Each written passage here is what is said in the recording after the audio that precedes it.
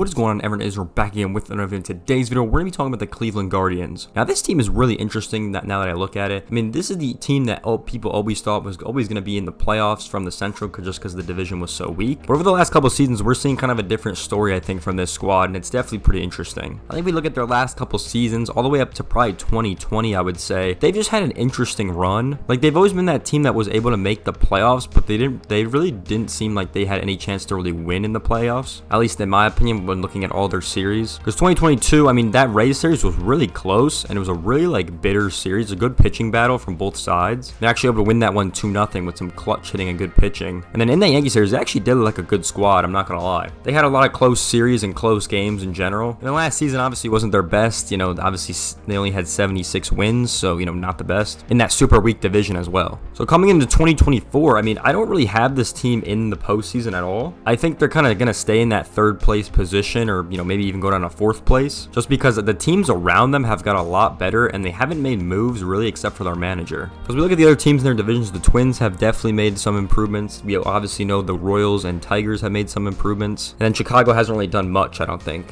Again, I don't think they've done really anything except for try to get some trade offers for Dylan Cease. And Cleveland's been pretty similar. I mean, the most update I heard on Cleveland was about their stadium, to be honest, and obviously the Stephen Vogt manager signing. Besides for that, I really haven't heard anything about this squad in this offseason. So yeah, interesting team on paper. I don't really have them in the playoffs at all. My personal prediction as it stands right now, I do think the Tigers win this division. I think it's gonna be a close race between the Tigers, Twins, and Royals. I think those three teams are probably the best in this division, and I think they're gonna have a similar season to last year. So I want to take a look at this team's contracts as we move forward, because they haven't spent that much money compared to some of the other teams in their division. So guys that are currently on contract, obviously Jose Ramirez is here till 2028. So that's a pretty crazy contract that he signed. Andres Gimenez, I'm pretty sure that's how you pronounce his name. He's here till 2030 almost with the team option. Miles Straw, Clase, and Stephen all have a similar contract. Obviously Laureano is on that 1-year deal as well. So those guys that are currently on contract, everyone else is pretty much in arbitration. Shane Bieber, Scott Barrow, and Naylor are probably their biggest contracts in that arbitration, just because those are their top 3 players that are currently in there. 2 of them are free agents for next year, so we'll be interested to see if these guys are going to get traded before the after the deadline or before the deadline. I think Barrow's got a good shot too. I think Bieber might get extended, to be honest, or might get traded. Depends on this team does. I mean, they could blow it up, or they could keep him. It really just depends what the GM thinks about this squad. Just because I do think this team has a lot of talented pieces, but I feel like they never have a complete squad of talented pieces, if that makes sense. Because they have certain stars, obviously, like Jose Ramirez and Shane Bieber, we've seen absolutely destroy in the postseason. But I feel like they never have a complete package when they go into the postseason situation, which I think is why they lose most of the time. It's always like a one-game performance from one player that ends up winning them the game. We've seen this in the postseason multiple times before. So I think that's the current problem with Cleveland right now. Looking at their financial situation, they have about $37.1 million to this squad. With all the fees and arbitration costs, they're going to cost about $78.5 million to this team. Yeah, it's not a whole lot of money compared to some of the other organizations in the MLB right now. And I don't know if they're going to make any more moves. I mean, like I said, there's only 2 weeks till they report to spring training, so it's going to be pretty interesting to see if they're even going to make any moves or sign anyone. So with this current Cleveland squad, I just don't have them up highly. Probably 3rd or 4th position in the Central, to be honest. All right, so moving over to their prospects now. They have 4 currently in the top 100 in 2024, which is pretty exciting. Let's start off with the first one. He's ranked number 31 currently in AA. Batted .364 in AA in 6 games, so pretty solid for him. Played really well in High A, where he spent 42 games there, and all the teams through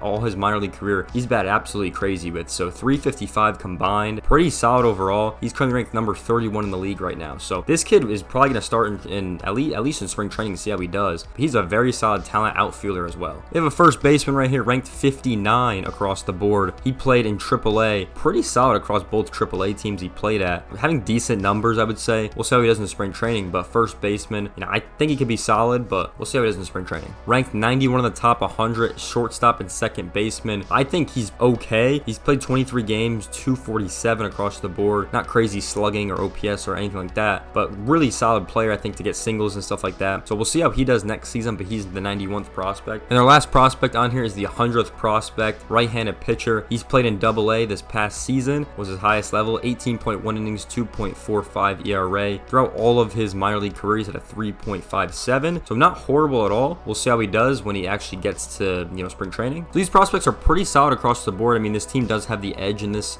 field. I mean, they obviously have the 2024 #1 pick, which is very exciting, moving a lot up in that draft lottery, which is pretty insane to think about. So very excited for those talents, and we'll see how they come up in that spring training. But looking at their actual roster right now, they definitely have a lot of good players. I mean, I think very highly of Shane Bieber and Tristan McKenzie. I think these two pitchers are very solid. Like, they're a great 1 and 2 punch, I think, for, the 2024 season. I also like Tanner Beebe as well. I think when he came into the league, he was a pretty good rookie across the board, and I'm expecting him to, be a great player for this squad. And moving over to their bullpen, obviously Scott Barrow and I think Class A are probably their best 2 pitchers right now. I do like Sam Hedges as well, but I think these 3 pitchers are, one of their best ones they've had. So looking to see how good they're going to do next season. Let me talk about some of the position players on this team. A lot of different catchers they can go with. I imagine Bo Naylor or Austin Hedges will probably start in that catcher position. Josh Naylor will probably play first base. Andres Gimenez is going to play second base. Jose Ramirez will obviously play third base. Shortstop's a big question mark because they had a lot of different players there. I mean, they currently have 5 on the depth chart right now. So we'll see who ends up getting this job, but that position is completely open, I think. Stephen Kwan will obviously play left field. Miles Straws should play center field. In the right field, they have a lot of options to go with. We'll see who they end up going with over here. It'll be pretty interesting to see that. And Josh Naylor can also DH, so they could get another first baseman over here, like Daniel Fry could be play first, and Naylor could DH. So you could do something like that with this team as well. But I think they definitely have solid talent on this roster. I'm just curious to see if they're going to put it together, which I mentioned at the beginning of the video. Like I said, I think my current prediction for this Cleveland Guardians squad is 3rd or 4th in that division. I don't think they make the playoffs at all. I think maybe if they want to make a couple moves, they get some guys at the deadline, depending on how they play. Maybe there's a possibility to win the division, but I just really don't see this team in the postseason at all. It's going to be an interesting season in Cleveland. We'll see how their stadium does, which I'm kind of most excited about for this team because their stadium upgrades should be pretty solid. But with that being said, I hope you guys enjoyed this video. Make sure you guys like, comment, subscribe. I'll see you guys in the next one. Peace out, everyone.